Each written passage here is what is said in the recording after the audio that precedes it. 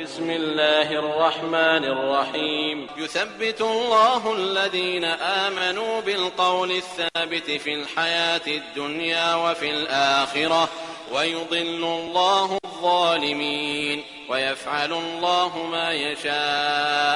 اے میرے بھائیوں، اس کے اندر دونوں شامل ہیں، بھائی بھی شامل ہے اور ہماری مائیں اور بہنیں بھی شامل ہیں۔ اے میرے بھائیوں، اس جیسی جگہ یعنی قبر کے لیے تیاری کر لو۔ اے سرسبز و شاداب دنیا میں عیش و عشرت کی زندگی بسر کرنے والوں، اے شیریں اور میٹھی دنیا کے ناز و نعیم میں منہمک رہنے والوں، اے رنگین و دل فریب دنیا کے سراب میں جذب رہنے والوں، اے حسین و جمیل دنیا کے حسن و جمال میں کھونے والوں، اے دار البقا کو چھوڑ کر دار الفنا کا تعاقب کرنے والوں، عنقریب ہم ایک کٹھن گھاٹی موت سے گزر کر ایک طویل وادی پرخطر کا سفر اختیار کرنے والے ہیں۔ اس وادی پرخطر میں سیاہ رات جیسی تاریکی ہوگی، نہ سورج کی کرنیں ہوں گی، نہ چاند کی چاندنی ہوگی، نہ ستاروں کی لو ہوگی، نہ قمقموں کا نور ہوگا، نہ چراغوں کی روشنی ہوگی، نہ کسی جگنو کی ٹمٹماہٹ ہی نظر آئے گی۔ اس وادی پرخطر میں دشت ویرا جیسی تنہائی ہوگی، نہ ماں باپ ہوں گے، نہ بیوی بچے ہوں گے، نہ کوئی غمگسار ہوگا، نہ غمخوار ہوگا، نہ کوئی پیر و مرشد ہوگا، نہ کوئی حاجت روا مشکل کشا ہوگا، نہ کوئی محافظ اور باڈی گارڈ ہوگا۔ صدارتوں اور وزارتوں کے بلند و بالا ایوانوں کا رعب اور دبدبہ نہیں ہوگا، پولیس کے عہدوں اور تمغوں کا فخر و غرور نہیں ہوگا، کرائے کے قاتلوں کی دہشت گردی نہیں ہوگی، سفارش کے لیے چچا اور ماموں نہیں ہوں گے، رشوت کے لیے مال حرام کی ریل پیل نہیں ہوگی۔ اس وادی پرخطر میں موذی درندوں جیسی وحشت ہوگی، مٹی کا گھروندا ہوگا، مٹی کا فرش ہوگا، مٹی کا بستر ہوگا، گھٹن ہوگی، کیڑے مکوڑے ہوں گے، زہریلے سانپ ہوں گے، بچھو ہوں گے، اندھے اور بہرے فرشتے گرز تھامے کھڑے ہوں گے، نہ جائے فرار ہوگی، نہ جائے قرار۔ لہذا اور کچھ نہ کہتے ہوئے میں اس موضوع کی وضاحت کے لیے ایک ایسی شخصیت آپ کے سامنے پیش کر رہا ہوں جو اپنے علم و عمل کے اعتبار سے الحمدللہ صرف بامبے جیسے شہر ہی میں نہیں بلکہ جہاں تک میں سمجھتا ہوں پورے ہندوستان میں معروف و مشہور ہے۔ میری مراد فضیلت الشیخ جناب مولانا ابو زید ضمیر حفظہ اللہ و تولا سے ہے، لہذا بڑے ہی ادب و احترام کے ساتھ میں آپ کو دعوت اسٹیج دیتا ہوں کہ آپ تشریف لائیے۔ موصوف کا موضوع گفتگو ہے قبر کے سوالات، قبر سے پہلے قبر کی تیاری۔ فضیلت الشیخ جناب مولانا ابو زید ضمیر حفظہ اللہ و تولا۔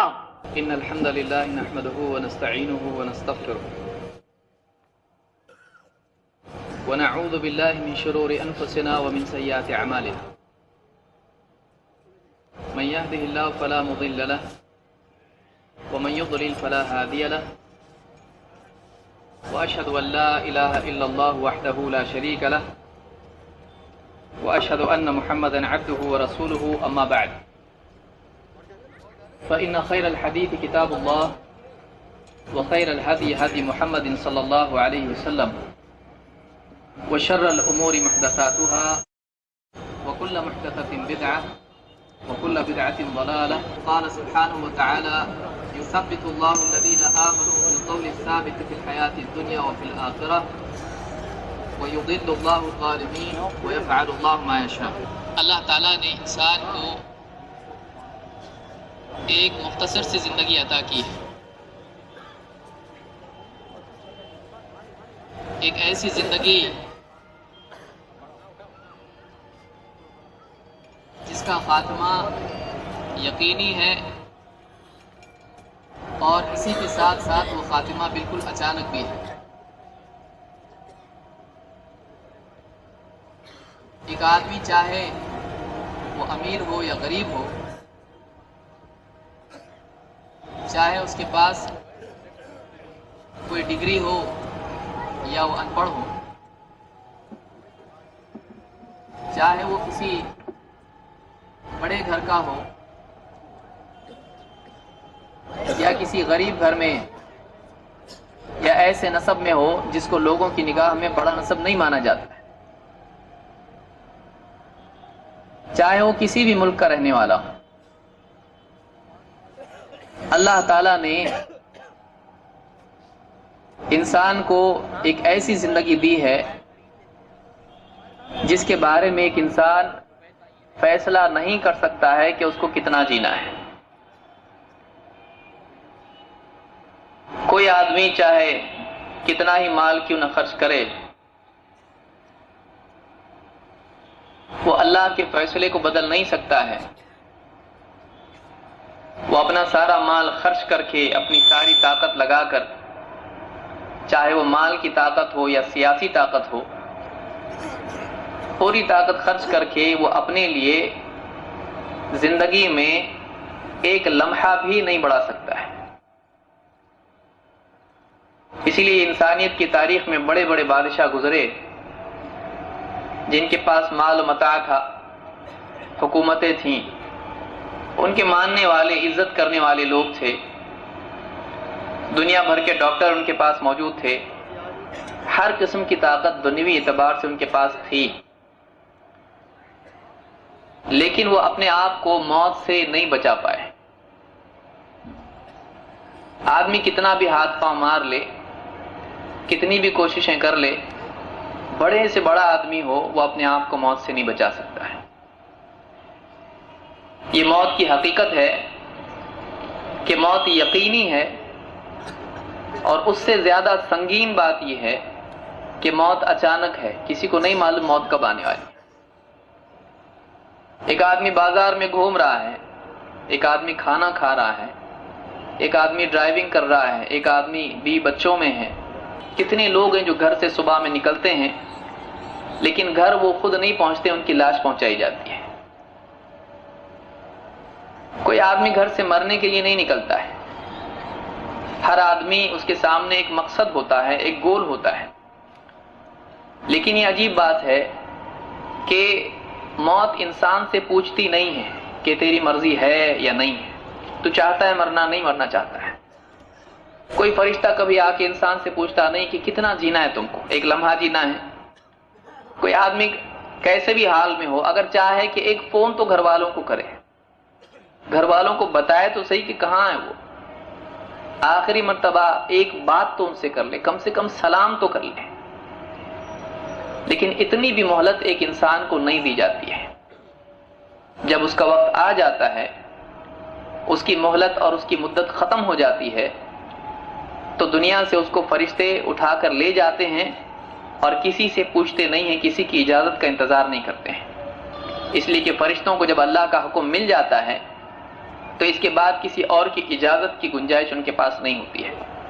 لا یعصون اللہ ما امرهم ویفعلون ما یؤمرون، کہ جو کچھ اللہ ان کو حکم دے دیتا ہے اس کی وہ ہرگز نافرمانی نہیں کرتے ہیں، اور وہ سب کچھ کرتے ہیں جس کا اللہ تعالیٰ ان کو حکم دیتا ہے۔ ایک آدمی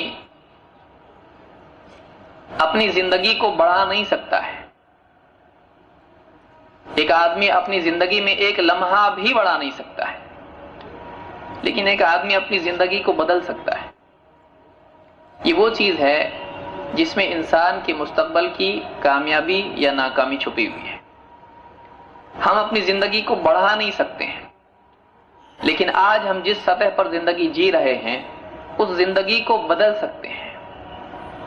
پھر موت کی کوئی فکر انسان کو نہیں ہوگی، اس لیے کہ اگر زندگی صحیح ہے تو موت بھی صحیح ہوگی اور موت کے بعد کے تمام معاملات بھی صحیح ہوں گے۔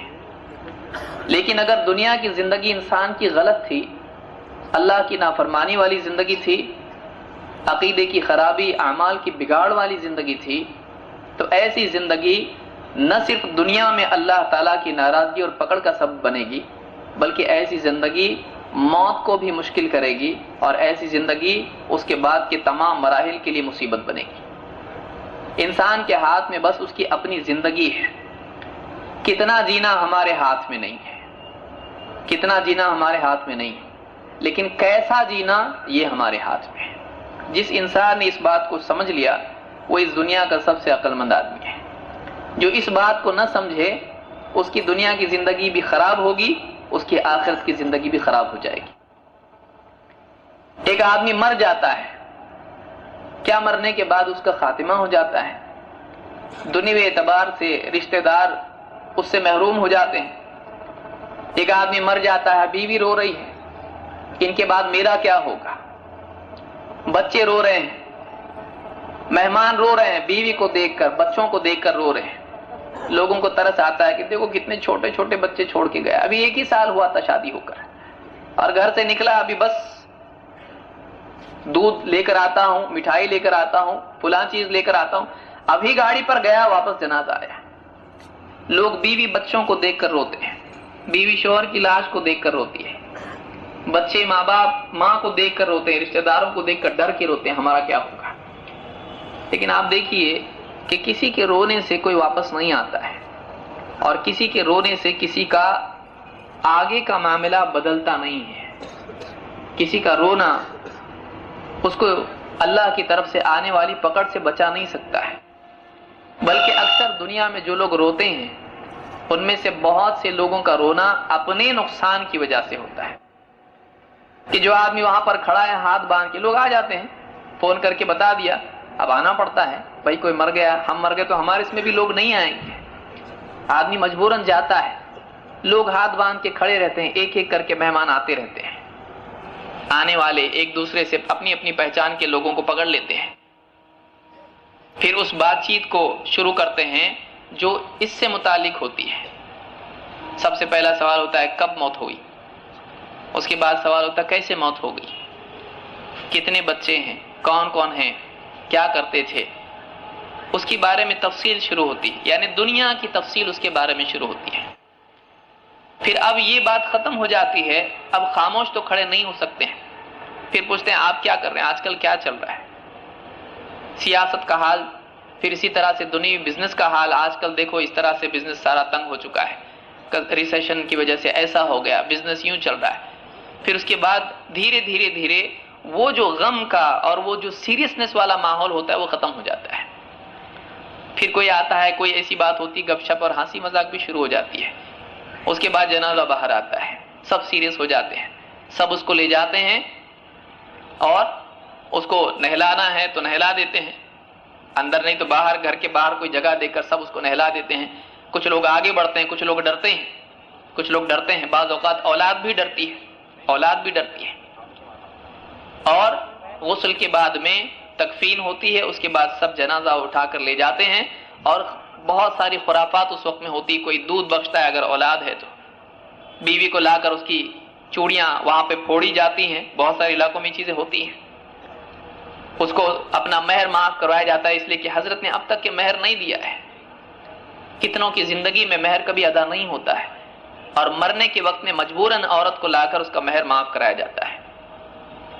جتنے روتے ہیں، ایک عجیب ماحول ہوتا ہے رونے کا، اور یہ بدائی کا ماحول ہوتا ہے کہ اب اس کے بعد کبھی دیکھنے نہیں ملے گا۔ کچھ لوگ دیری سے آ جاتے ہیں تو کفن کھول کے ان کا چہرہ بتایا جاتا، دیکھو۔ کئی لوگ حسرت سے اس کی نگاہ کو دیکھتے ہیں، اس کو دیکھتے ہیں نگاہ بھر کے۔ اس کے بعد کوئی دوست ہے کہ ہمیشہ گپ شپ چائے کی پیالیوں پر بات ہوتی تھی، گھر والے ہیں، رشتہ دار ہیں، سب آ کے ایک ایک نگاہ بھر کے اس کو دیکھتے ہیں۔ جتنے رو رہے ہوتے ہیں ان میں سے کون ایسا ہوتا ہے جو اس وجہ سے رو رہا ہوتا ہے کہ اس کا عقیدہ صحیح نہیں تھا، اس کی نماز صحیح نہیں تھی، اس کے اخلاق صحیح نہیں تھے، یہ شراب پیتا تھا، یہ جوا کھیلتا تھا، یہ کبھی نماز کے لیے نہیں آیا کرتا تھا، اس کو ہم بولتے تھے لیکن پھر بھی کہتا تھا دیکھیں گے انشاءاللہ اگلے جمعہ سے۔ کتنے لوگ ہیں جو اس وجہ سے روتے ہیں کہ اس کا آگے کیا ہونے والا ہے، کتنے لوگ اس وجہ سے روتے ہیں۔ اکثر رونے والے اس وجہ سے روتے ہیں کہ اب ہمارا کیا ہوگا، بیوی رو رہی ہوتی کہ میرا کیا ہوگا، اتنے بچے آپ نے پیچھے چھوڑ کے گئے ہو، اب میرا کیا ہوگا۔ ماں کہتی ہے کہ اب یہ چلا گیا، میرا دیکھنے والا کون ہے، میرا دیکھنے والا کون ہے، دوائی کون کرے گا، میرا علاج کون کروائے گا۔ بچے رو رہے ہوتے ہیں کہ ابو نہیں تو اب ہمارا کیا ہوگا، ہم کہاں رہیں گے، کیسے رہیں گے۔ دوست اور روتا ہے کہ اب میرا دوست مجھ سے بچھڑ گیا ہے، اس سے بات چیت کرتا تھا، روزانہ ملتے تھے، ہنسی مذاق ہوتی تھی، کتنا اچھا لگتا تھا، میرا وقت گزر جاتا تھا۔ لیکن اب یہ نہیں ہے، تو اب میں کس کے ساتھ بیٹھوں، میرا وقت کیسے گزرے گا؟ آدمی سوچتا میرا وقت کیسے گزرے گا۔ کوئی آدمی یہ سوچنے والا ہوتا ہے کہ اس کا وقت اب قبر میں کیسا گزرے گا۔ کتنی مصیبت ہے، کتنی بڑی فکر کرنے کی چیز ہے کہ ایک آدمی، ہر آدمی دنیا ہی میں بتا دیتا ہے وہ منظر جو قیامت کے دن دیکھنے میں آنے والا ہے۔ یوم یفر المرء من اخیہ وامہ وابیہ وصاحبتہ وبنیہ، کہ جس دن آدمی اپنے بھائی سے بھاگے گا۔ یوم یفر المرء من اخیہ وامہ وابیہ، اپنی ماں سے، اپنے باپ سے بھاگے گا۔ وصاحبتہ وبنیہ، اپنی بیوی سے بھاگے گا، اپنی اولاد سے بھاگے گا۔ ہر ایک آدمی اپنی اپنی نفسی کا ماحول ہوگا، کوئی کسی دوسرے کے بارے میں سوچنے کے لیے اس کے پاس نہ فرصت ہوگی نہ استطاعت ہوگی، اس کے پاس کیپیسٹی نہیں ہوگی۔ وہ تو بس یہ سوچ رہا ہوگا کہ میں کس طرح سے بچ جاؤں۔ جیسے سیلاب آتا ہے، زلزلہ آتا ہے، اس وقت میں کوئی آدمی کسی اور کی سوچنے کے لیے اس کے پاس فرصت بھی نہیں ہوتی ہے۔ اپنی جان کا بچانا اس کے لیے اتنا زیادہ بڑا مسئلہ ہوتا ہے کہ رشتہ دار بھی اس وقت میں پرائے ہو جاتے ہیں۔ اس میں ایک آدمی کے لیے آپشن ہوتا ہے کہ کس کو بچائے، اولاد کو بچائے، ماں باپ کو بچائے، اور اگر اولاد ہے تو کس کو لے کے بھاگے، سب کو لے کے نہیں بھاگ سکتا ہے، کسی کو تو چھوڑنا پڑتا ہے زلزلے کے وقت میں۔ اور کبھی تو ایسا ہوتا ہے کہ کسی کو جگا رہا ہے، نہیں جاگ رہا ہے تو اس کو ویسے ہی چھوڑ کے آدمی بھاگ جاتا ہے، کم سے کم اس کی اپنی جان تو بچ جائے۔ آپ بتائیے دنیا کے زلزلے کا، دنیا میں جو بھی مسائل آتے ہیں، سیلاب آتا ہے، پریشانیاں آتی ہیں، ان میں انسان کا یہ حال ہوتا ہے۔ آپ بتائیے موت کے بعد وہ جو مراحل ہیں جن میں کوئی کچھ نہیں کر سکتا ہے، اس وقت میں انسان کا کیا حال ہوگا؟ اس وقت میں انسان کو کوئی کام نہیں آئے گا، اس وقت میں انسان کے کام آئے گا اس کا صحیح عقیدہ، اس کا ایمان اور اس کے اعمال۔ جیسی زندگی دنیا میں وہ جی کر گیا تھا، آخرت میں جانے کے بعد میں اس زندگی کے مطابق اس کے فیصلے شروع ہوں گے، بلکہ موت ہی سے اس کا معاملہ شروع ہو جاتا ہے کہ جیسی زندگی ویسی موت، اور جیسی زندگی دنیا کی ویسی زندگی آخرت کی۔ اللہ تعالیٰ اس بارے میں غور و فکر کرنے کی ہم کو توفیق عطا فرمائے۔ موت یقینی ہے، اور موت سے فرار کی کوشش جہالت کی حد ہے۔ کوئی آدمی موت سے بھاگ نہیں سکتا ہے، اور مرنے کے بعد سب سے پہلا مرحلہ انسان کا جو ہے وہ قبر کا مرحلہ ہے۔ یہ ایک ایسا مرحلہ ہے جس میں مالدار اور غریب سب برابر ہو جاتے ہیں۔ وہی کفن ہے، وہی قبر ہے، وہی زمین ہے۔ چاہے بڑا سے بڑا آدمی ہو، مالدار تھا، کپڑوں پر اگر تھوڑی سی دھول لگ جاتی تھی، تھوڑا سا داغ لگ جاتا تھا، کپڑے بدل دیتا تھا، تھوڑا بھی اس کو ایسا نہیں چلتا تھا۔ ہاتھوں میں دھول نہیں چلتی تھی، ایک دم فریش رہتا تھا، مال دولت میں بالکل مگن رہتا تھا، اچھے کپڑے پہننا، زمین پہ بیٹھتا نہیں تھا، کبھی زمین پہ بیٹھتا نہیں تھا۔ کیوں؟ اس کے کپڑے خراب ہو جائیں گے۔ لیکن آج منہ پہ مٹی ڈالی جا رہی ہے، اپنے چہرے سے مٹی ہٹا سکتا ہے؟ نہیں۔ اور لوگ مٹی ڈال رہے ہیں، بالکل کھودی ہوئی مٹی پوری اس کے ہاتھوں سے کوئی ڈال رہا ہے، کوئی کسی اور پھاوڑے سے، کدال سے کیسا کیسا کر کے کھودا ہوا سب اس کو ڈال رہے ہیں۔ اور کون ہے یہ ڈالنے والے؟ دشمن ہے؟ یہ دشمن نہیں ہے، یہ قریب ترین لوگ، اس لیے کہ اس کے لیے وہی بڑھتا ہے جو اتنا قریب ہوتا ہے۔ یہ سب مل کے آدمی کو زمین میں ڈال دیتے ہیں، اوپر سے مٹی ڈال دیتے ہیں، اور اب تو جانے ہاتھ جھاڑتے ہیں، اب تو جانے، تیرا دین جانے، تیری قبر جانے، سیدھا پیٹ پھیر کے نکل جاتے ہیں۔ یہ پیٹ پھیرنے کا منظر دنیا میں دیکھنے کو ملتا ہے۔ پیٹ پھیرنے کا منظر دنیا میں ایک منظر، عجیب منظر ہوتا ہے، یہ بہت پیارا ہے، کتنی محبت تھی اس سے، کتنا اس سے تعلق تھا۔ لیکن آج کیا ہو گیا ہے ان لوگوں کو؟ یہ رشتہ دار ہیں، یہ دوست ہیں، یہ قریبی لوگ ہیں، یہ جان پہچان والے لوگ ہیں، ان کو کیا ہو گیا ہے کہ انہوں نے اپنے ہاتھوں سے اپنے محبوب پہ مٹی کے اتنے بڑے بڑے جو ہے کیا کچھ نہیں ڈالتے ہیں اس کے اندر، پتھر نکلے تو وہ بھی ڈال دیتے ہیں، وہ بھی ڈھکیل دیتے ہیں، اینٹیں ہوتی ہیں لگائی ہوئی پچھلی قبر کی، وہ بھی اندر ڈال دیتے ہیں۔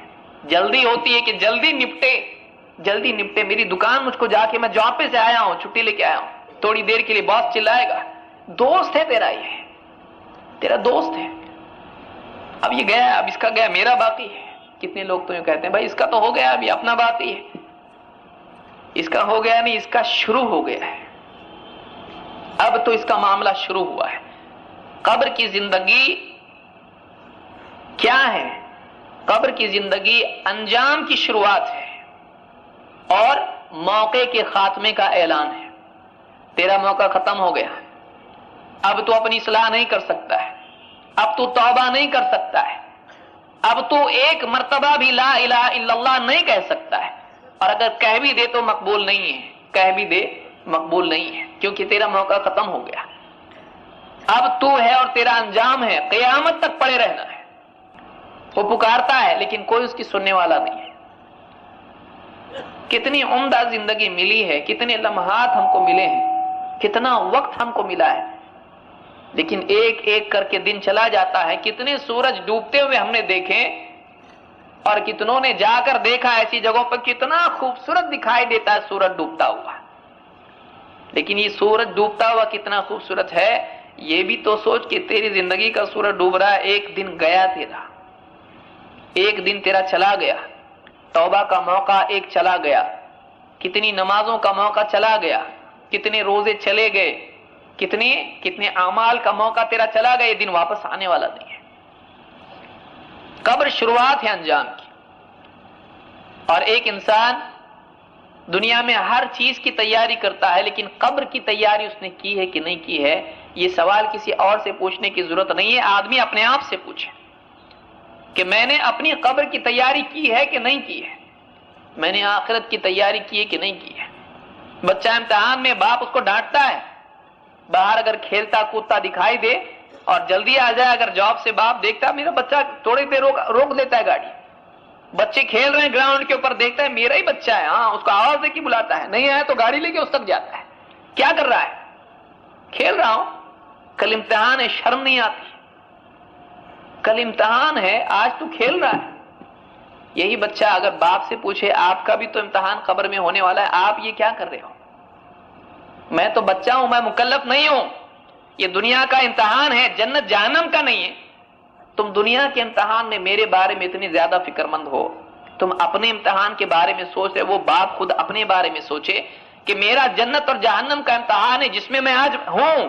اس وقت میں میرا امتحان جاری ہے، آخری سانس تک چل رہا ہے، اور مجھ سے پوچھا جائے گا میں نے اس امتحان کی کیا تیاری کی ہے. ہر آدمی اپنے بارے میں سوچے، ہر آدمی غور کرے. یہ آدمی دوسروں کے بارے میں سوچتا ہے، چھوٹی چیزوں کے بارے میں سوچتا ہے، اپنے بارے میں بڑی چیزوں کے بارے میں آدمی نہیں سوچتا. کتنا بڑا المیہ انسانیت کا ہے. اس لیے کامیاب انسان وہ ہے جو اپنی زندگی کے فانی ختم ہونے والے ہونے کو سمجھے اور اپنے ملنے والے ہر لمحے کو قیمتی سمجھے. آدمی سوچتا ہے شاید بڑھاپے میں مروں گا، اس لیے پلاننگز بھی آدمی کے ایسے ہوتے ہیں. دیکھو اتنے سال جاب کرنا ہے، اس کے بعد یہ کرنا ہے، پھر اس کے بعد پینشن آئے گی، بیوی بچے ہیں، آرام سے بیٹھ کے کھائیں گے. میں نے سوچا ہوں ایک بزنس بہت اچھا میرے دوست نے بتایا، میرا جو ملے گا پیسہ پوری پینشن میں بزنس میں لگا دوں گا، آتا رہے گا، کھاتا رہوں گا. بچی ہے، اس کا نکاح ہے، بیٹا ہے، اس کا ایجوکیشن ہے، اس کی بھی سیٹنگ کر دیا. آدمی کتنا دور تک سوچتا ہے، لیکن معلوم نہیں رات میں کروٹ بدلنے کی بھی نوبت آئے گی کہ نہیں آئے گی. معلوم نہیں آخری سانس کب ہو. کتنا انسان سوچتا ہے دنیا کے بارے میں، حالانکہ اگر اس سے پوچھا جائے بھائی دنیا میں کتنا رہنے والے، دنیا میں کوئی بھروسہ نہیں موت کا، اور اس کے سامنے لوگ ایک ایک کر کے جاتے رہتے ہیں. ایسا بھی نہیں کہ سب کے لیے ایک دن موت کا مقرر ہو، ایک کے پیچھے ایک لوگ اس کے سامنے جاتے رہتے ہیں، دیکھتا رہتا ہے، اس کو ہوش آنے کے لیے جگایا جاتا رہتا ہے. آدمی نہیں جاگتا ہے. جو دوسرے کی موت دیکھ کر نہیں جاگے وہ اپنی موت کے بعد جاگے گا ایک ایسی دنیا میں جس میں کچھ نہیں کر سکتا ہے، اور ہڑبڑا کے جب اٹھے گا دیکھے گا، اس سے پوچھا جائے گا من ربک. اس کے بعد اس کا احساس اس کو ہوگا کہ میں نے تو تیاری اس کی نہیں، اس کے بارے میں نے کچھ کیا نہیں. اس جواب کی تیاری کو یاد نہیں سوچے، یہ تو جواب مجھ کو یاد ہے.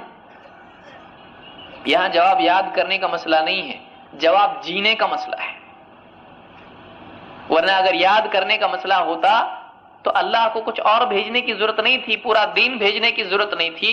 اللہ تعالیٰ صرف 3 سوال دے دیتا، یاد کر لو، جواب دے دو. یہ یاد کرنے کا مسئلہ نہیں ہے.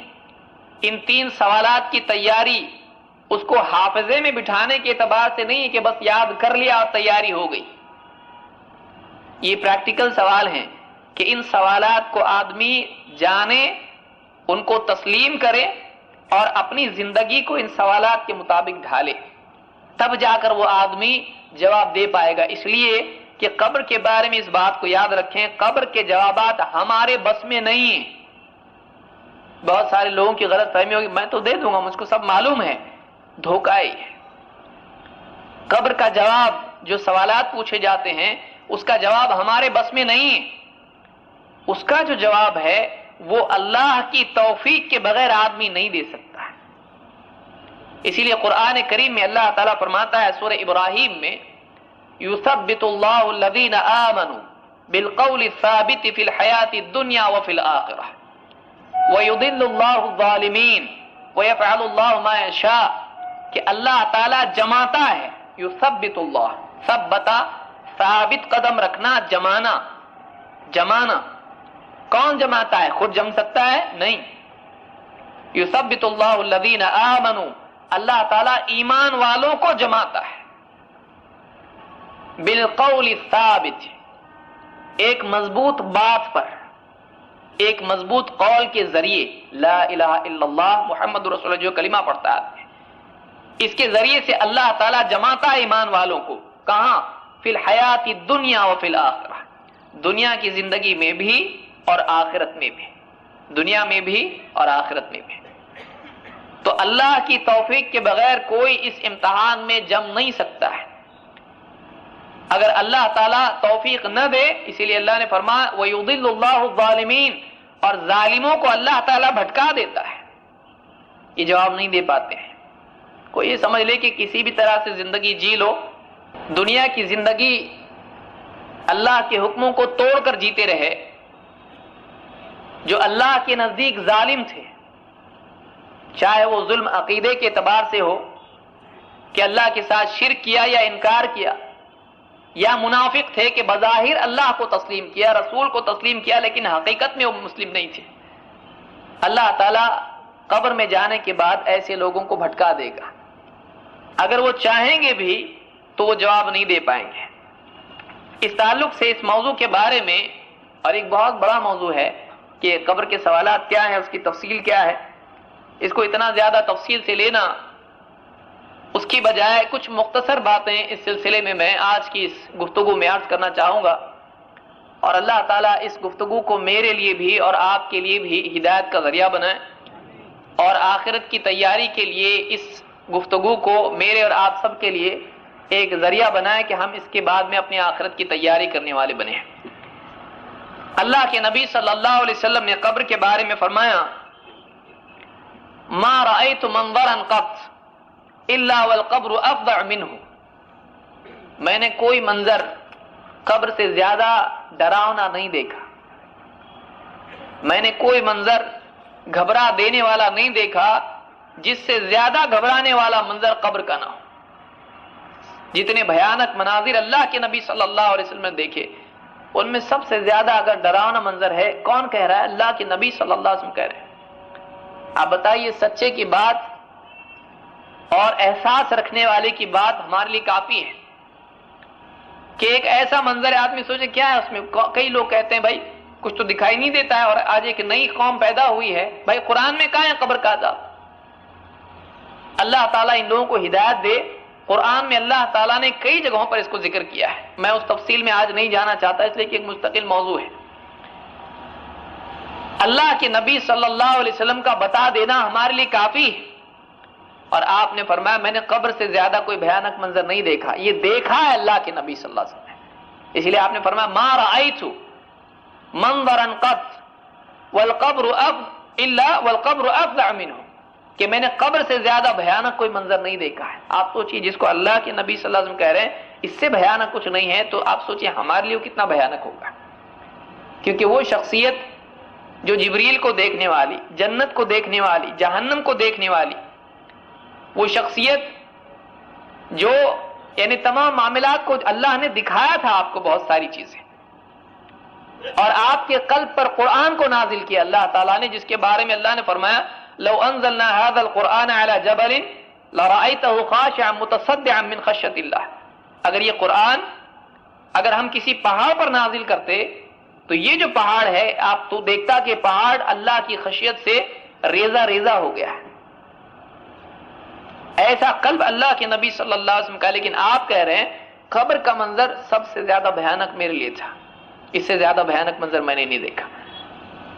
اسی طرح اس حدیث کو امام ابن ماجہ نے روایت کیا ہے۔ اسی طرح سے آپ نے فرمایا ان هذه الامه تبتلى في قبورها، یہ جو امت ہے مسلمان امت مسلمہ جن کی طرف محمد رسول اللہ صلی اللہ علیہ وسلم کو بھیجا گیا تھا انسانیت کی طرف، اس امت کو قبر میں آزمایا جائے گا، اس کا امتحان ہوگا۔ تبتلى في قبورها فلولا الا تدافنوا، اگر مجھ کو یہ ڈر نہیں ہوتا کہ تم مردوں کو دفن کرنا ہی چھوڑ دو گے، اگر مجھ کو یہ ڈر نہیں ہوتا کہ تم مردوں کو دفن کرنا ہی چھوڑ دو گے، لدعوت اللہ ان یسمعکم من عذاب القبر الذی اسمع منہ، تو میں اللہ تعالیٰ سے دعا کرتا کہ وہ تم کو بھی وہ عذاب سنا دے جس کو میں خود سنتا ہوں، وہ تم کو بھی عذاب سنا دے جس کو میں سنتا ہوں۔ اللہ کے نبی صلی اللہ علیہ وسلم نے قبر کا عذاب دیکھا ہے، ما رأیت منظرا، میں نے دیکھا ہے، اور آپ نے عذاب قبر سنا ہے جس کو الذی اسمع منہ، جس کو میں سنتا ہوں۔ تو ہمارے لیے اتنی گواہی کافی ہے کہ اللہ کے نبی صلی اللہ علیہ وسلم نے قبر کا عذاب دیکھا ہے، آپ نے قبر کا عذاب سنا ہے، آپ نے جب بتا دیا کہ قبر میں عذاب ہوتا ہے، ہمارے لیے اتنا ہی کافی ہے۔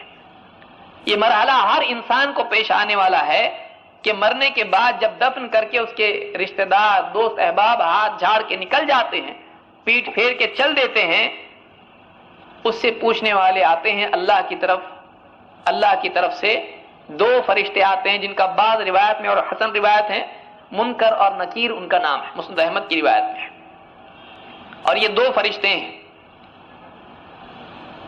یہ آ کر دونوں فرشتے اس کو ڈانٹ کر سوال پوچھتے ہیں۔ سوال بہت اکرام سے نہیں پوچھا جاتا ہے، ایسے انداز میں پوچھا جاتا ہے کہ جواب دینے والا گڑبڑا جائے۔ بہت ساری روایت اس سلسلے میں میرے سامنے تھی، میں نے کچھ روایت اس میں سے چنی ہیں بھی قابل قبول ہیں اور جس میں بات پوری سامنے آ جاتی ہے۔ آج کی اس گفتگو میں ہم انہی سوالات پر غور کرتے ہیں، اس کے بعد اس کے تقاضوں کو دیکھتے ہیں کہ ہم اپنی زندگی میں اس کو کیسے اپلائی کریں۔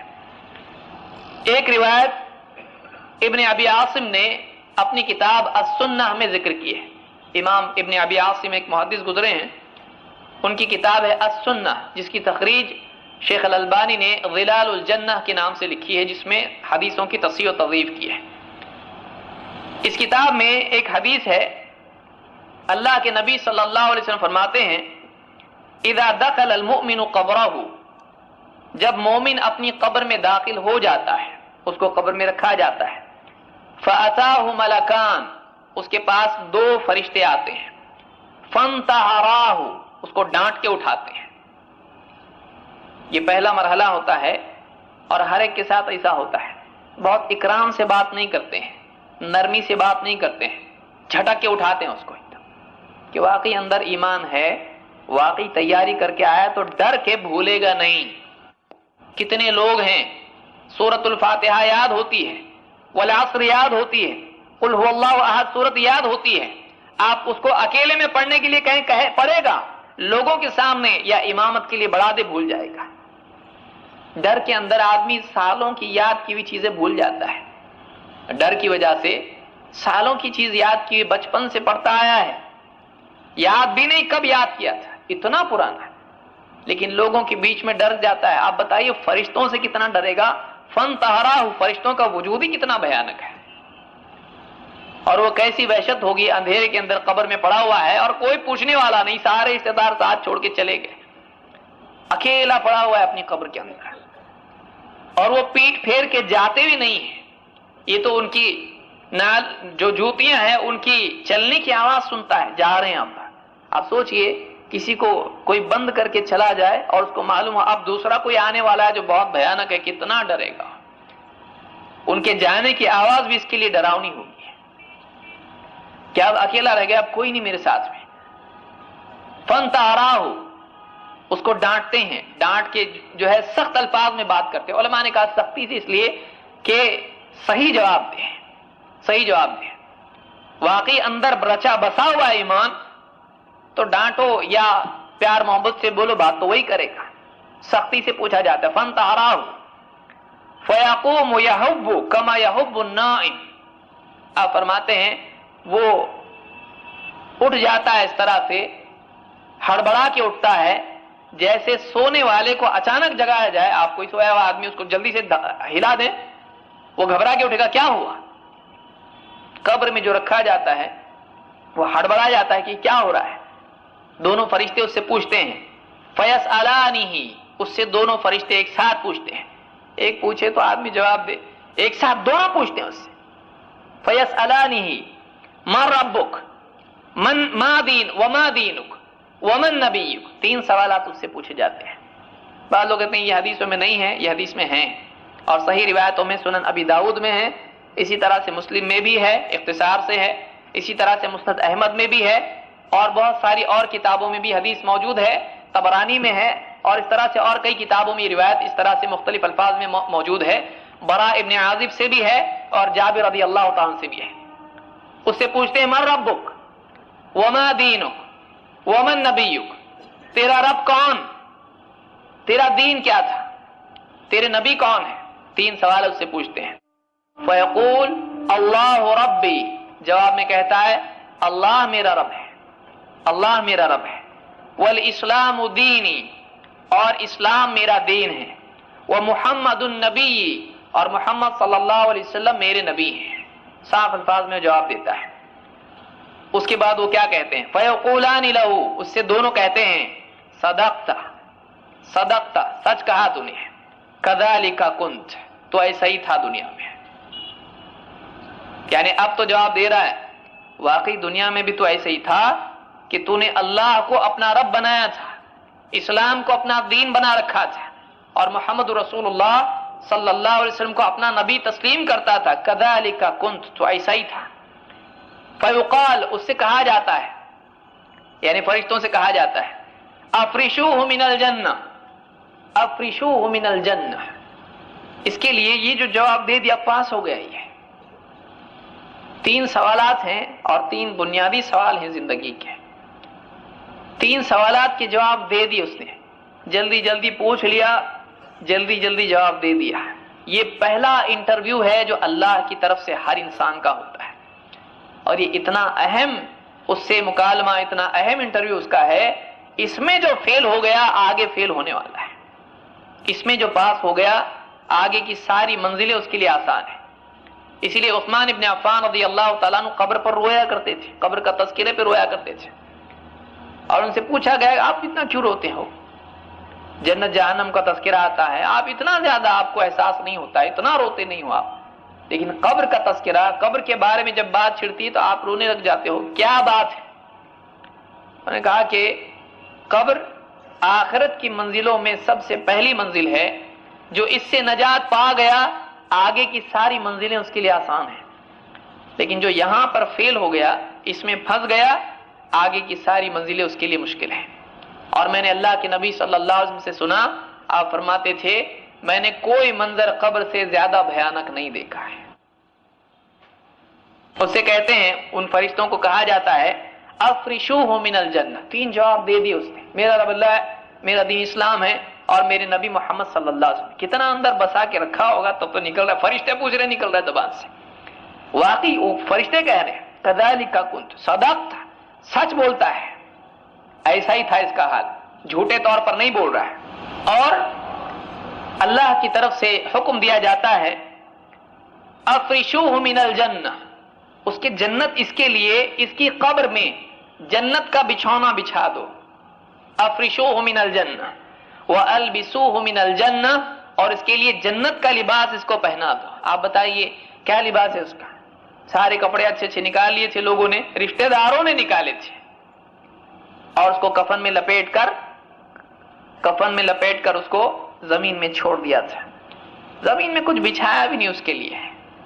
زندگی میں سوتا تھا، اچھے اچھے پلنگ، اچھی اچھی گادی، تکیا، اس سے سر دکھتا اس سے نہیں دکھتا، کوئی تکیا رکھا نہیں رکھا، کوئی بستر رکھا، چٹائی کچھ تو ڈالا، کچھ بھی نہیں ہے ہی نہیں قاعدہ اس کے لیے قاعدہ نہیں ہے، اس لیے کہ جس کو اللہ کی طرف سے نہیں ملے اس کو نہیں دیا جائے گا، اللہ کی طرف سے آئے گا اگر ایمان والا ہے تو، نہیں ہے اگر منافق تھا اس کو دفن کیا گیا، کافر تھا دفن کیا گیا، اس کو ملنے والا نہیں ہے، اس کے لیے تو مشکل معاملہ شروع ہونے والا ہے۔ افرشوہ من الجنہ، اس کے لیے جنت کا بچھونا بچھاؤ، فرشتوں سے کہا جاتا ہے، اور وَأَلْبِسُوهُ مِنَ الْجَنَّةِ، اس کے لیے جنت کا لباس اس کو پہنا دو۔ آپ بتائیے ایک آدمی غریب آدمی تھا، پہننے کے لیے ڈھنگ کے کپڑے نہیں تھے، نماز کو کھڑا ہوتا تھا تو شرماتا پڑتا تھا کہ یہاں سے پھٹا ہوا ہے، یہاں سے پھٹا ہے، جیب پھٹی ہے، بٹن ٹوٹا ہوا ہے، اور میلے کچیلے کپڑے ہیں، محنت کر کے کماتا کھاتا ہے، کوئی پوچھنے والا نہیں، راستے میں کوئی رکا کے بول نہیں سکتا ہے کہ بھائی آپ کون ہو، آپ اتنے اچھے انسان، کوئی پوچھنے والا نہیں۔ غریب آدمی گھر پہ لیٹتا تھا، سونے کے لیے فٹ پاتھ پہ کوئی سو رہا ہے، سونے کے لیے جگہ صحیح نہیں ہے، گھر میں لیٹنے کے لیے جگہ صحیح نہیں ہے، کہیں کونے میں دبک کے سو جاتا ہے، اس لیے کہ گھر اتنا چھوٹا ہے، بیوی بچے رشتہ دار کتنے لوگ ہیں گھر میں، سونے کو بھی ڈھنگ کی جگہ نہیں ہے، کبھی اوڑھنے کے لیے ہے کبھی بچھونے کے لیے نہیں ہے۔ ایسا غریب آدمی گیا ہے قبر میں، لیکن ان 3 سوالوں کے جوابات اس نے صحیح دیے ہیں۔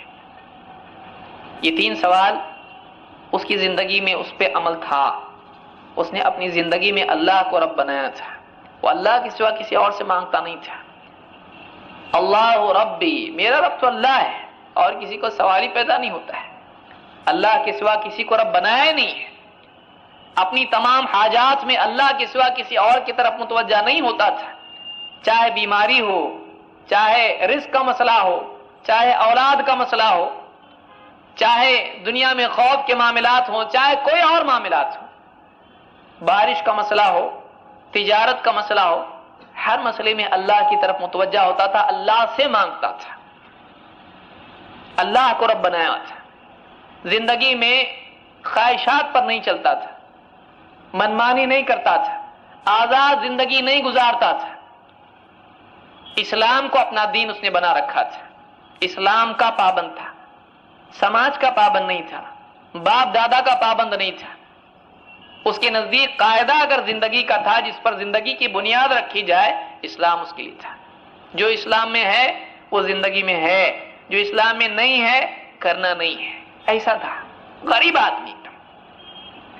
محمد صلی اللہ علیہ وسلم کو اپنی زندگی میں تمام شخصیات سے زیادہ اس نے عظمت کا مقام دے رکھا تھا، جس کی بھی بات سنتا تھا محمد رسول اللہ صلی اللہ علیہ وسلم کی بات پر پرکھتا تھا، کسی سے متاثر نہیں ہوتا تھا، کسی کی باتوں میں نہیں آتا تھا، بلکہ اللہ کے نبی صلی اللہ علیہ وسلم کو اپنا رہنما بنا کے جیتا تھا کہ ہم کو ان کے پیچھے چلنا ہے، کسی کھلاڑی کے پیچھے نہیں بھاگتا تھا، کسی سیاست داں کے پیچھے نہیں بھاگتا تھا، کسی ایکٹر کے پیچھے ننگے بے حیا کے پیچھے نہیں بھاگتا تھا، بلکہ اس کے لیے اگر ماڈل تھا محمد الرسول اللہ صلی اللہ علیہ وسلم، جس نے اپنی زندگی میں یہ مقام اللہ کو، اللہ کے رسول کو، اللہ کے دین کو دیا تھا۔ غریب سے غریب آدمی ہو، جس کی نماز پڑھنے کے لیے، جنازہ دینے، اس کو اٹھانے کے لیے بھی لوگ کم پڑ گئے، ایسا بھی آدمی اگر ہے، اب اس کا معاملہ اب رائل تعلق اس سے ہو گیا ہے، اب شاہی ٹھاٹ اس کے ہو گئے ہیں۔ رب العالمین جو سارے بادشاہوں کا بادشاہ ہے، اور سارے بادشاہ قیامت کے دن جس کے سامنے ننگے کھڑے ہوں گے، جن کے پاس بدن کو چھپانے کے لیے کچھ نہیں ہوگا، حقیر ذرے کے مانند وہ بادشاہ ہوں گے جو ایمان نہیں لائے، وہ رب العالمین جس کے سامنے فرعون بھی کچھ نہیں کر سکے گا، اپنے آپ کو بچا نہیں سکے گا، وہ اللہ ہے، اس کی طرف سے اب اس کے ساتھ خاص معاملہ ہو رہا ہے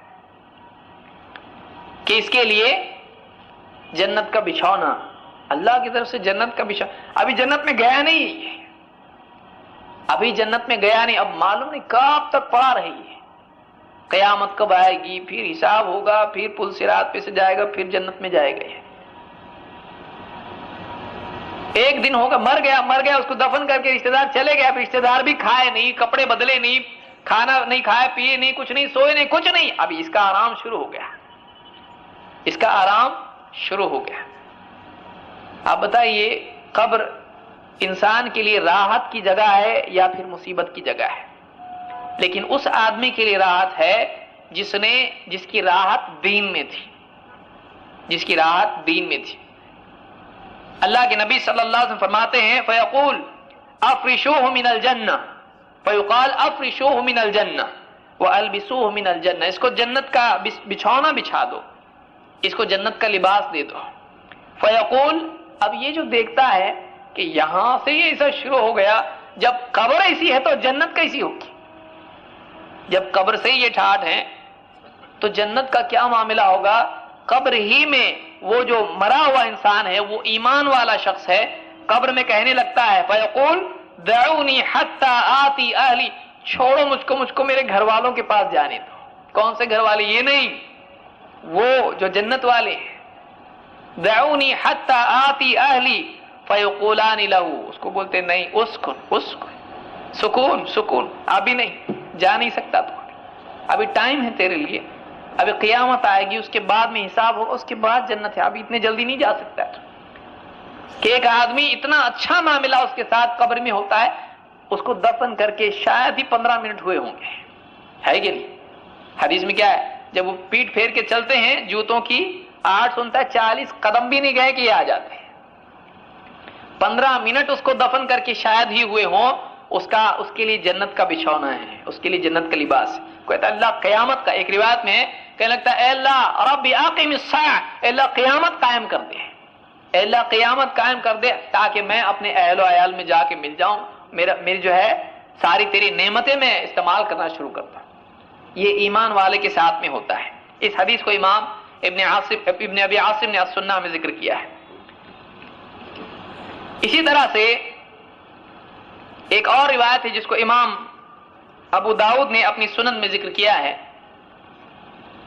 اللہ کے نبی صلی اللہ علیہ وسلم فرماتے ہیں ان هذه الامه تبتلى في قبورها, یہ امت قبر میں آزمائی جائے گی. فان المؤمن اذا وضع في قبره اتاه ملک, جب مومن اپنی قبر میں رکھا جاتا ہے ایک فرشتہ اس کے پاس آتا ہے. فسأله ما كنت تعبد, کوئی آدمی یہ سوچے کہ چلو رب ہی ماننا ہے, اب رب تو مان لیا اللہ کو, اس لیے کہ بہت سارے لوگ آپ سے کہیں گے سب کچھ کرنے والی ذات کس کی ہے؟ ایک اللہ کی ہے. لیکن آپ دیکھیے کہ یہ اللہ کیا کرتا ہے, اللہ کیا عطا کرتا ہے, یہ تو اقرار کرنا ہی ہے. لیکن بندہ اپنی تمام عبادات کو اللہ کے لیے خالص کرے. ماں ربک جو پوچھا جا رہا وہ اس اعتبار سے کہ تو کس کا بندہ تھا, تو کس کو اپنا رب مانتا تھا, تو کس کو اپنا معبود مانتا تھا, تو کس کے آگے اپنا سر جھکاتا تھا, تو کس سے دعائیں کرتا تھا, تو کس کے نام کی قسمیں کھاتا تھا, کس کے نام کی نظر کرتا تھا. عبادات کے اعتبار سے تیرا معبود کون تھا؟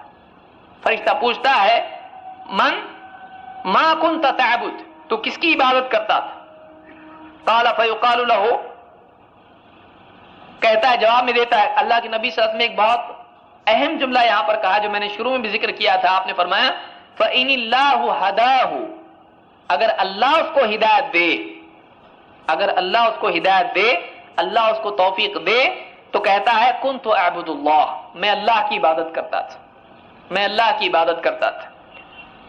فیقال له ما كنت تقول في هذا الرجل, دوسرا سوال اس سے پوچھا جاتا ہے اس شخص کے بارے میں تیرا کیا کہنا تھا, اس شخص کے بارے میں تیرا کیا کہنا, کسی خاص شخصیت کے بارے میں پوچھا جا رہا ہے. میں آگے آ رہا ہوں اس پر. قال فیقول هو عبد اللہ ورسولہ, وہ کہتا ہے کہ یہ اللہ کے بندے اور اللہ کے رسول ہیں, اللہ کے بندے ہیں. اللہ یعنی محمد رسول اللہ صلی اللہ علیہ وسلم کے بارے میں پوچھا جاتا ہے یہ ان کے بارے میں کیا بولنا ہے تیرا, تو کیا بولتا ہے ان کے بارے میں؟ کہتا ہے اللہ کے بندے ہیں, اللہ کے رسول ہیں. اللہ کے نبی صلی اللہ علیہ وسلم فرماتے ہیں فما يسأل عن شيء بعدها, اس کے بعد اس سے کچھ پوچھا نہیں جائے گا. یہ پہلی ملاقات ہے, یہ پہلا سوال کا مرحلہ ہے.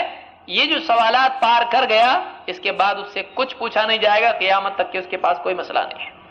اس حدیث کو امام ابو داؤد نے روایت کیا ہے. اس میں ایک بات یہ معلوم ہوتی ہے کہ ان 3 سوالات میں یہ 2 سوال، اب کوئی آدمی یہاں پر سوال پیدا ہوتا ہے کہ یہ 3 سوال کیوں؟ ایک تو اللہ کے بارے میں ہے، ایک محمد صلی اللہ علیہ وسلم کے بارے میں ہے، اور اسلام. تو محمد صلی اللہ علیہ وسلم تو اسلام ہی پر تھے، پھر اسلام الگ سے کیوں؟ اسلام اصل ہے، اور اسلام کی بنیاد 2 چیزوں پر ہے. 5 چیزیں تو ہیں، ان میں ابتدائی سب سے اہم چیز، باقی ساری چیزیں وہاں سے آتی ہیں. 2 چیزیں ہیں، ایک کس کی عبادت، دوسرے کیسے عبادت. پیدا کیوں کہ اللہ تعالیٰ نے وَمَا خَلَقْتُ الْجِنَّ وَالْإِنسَ إِلَّا لِيَعْبُدُونَ. تو اسلام گویا اس مقصد کے لیے پوری تفصیل ہے. لیکن اسلام میں جتنے بھی احکامات ہیں ان کے 2 پہلو ہیں.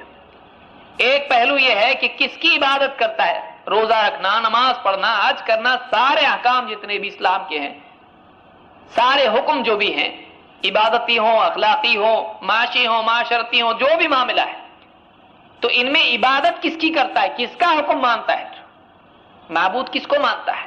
1 2 اللہ کو معبود ماننے کے بعد تو عبادت کرتا کس کے طریقے پر ہے، کس کے تابع ہو کر کرتا ہے، کس کی اتباع کرتا ہے.